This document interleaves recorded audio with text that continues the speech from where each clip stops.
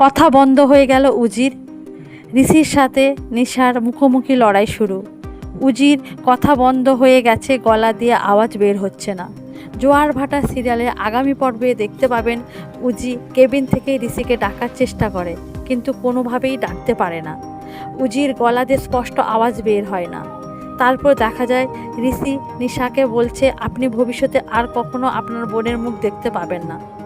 তখন নিশা বলে, তুমি আমার কাছ থেকে আমার বোনকে দূরে রাখতে চাইছো? আমার কাছ থেকে কেড়ে নেওয়ার চেষ্টা করছো তো? আমি তোমাকে ছাড়বো না।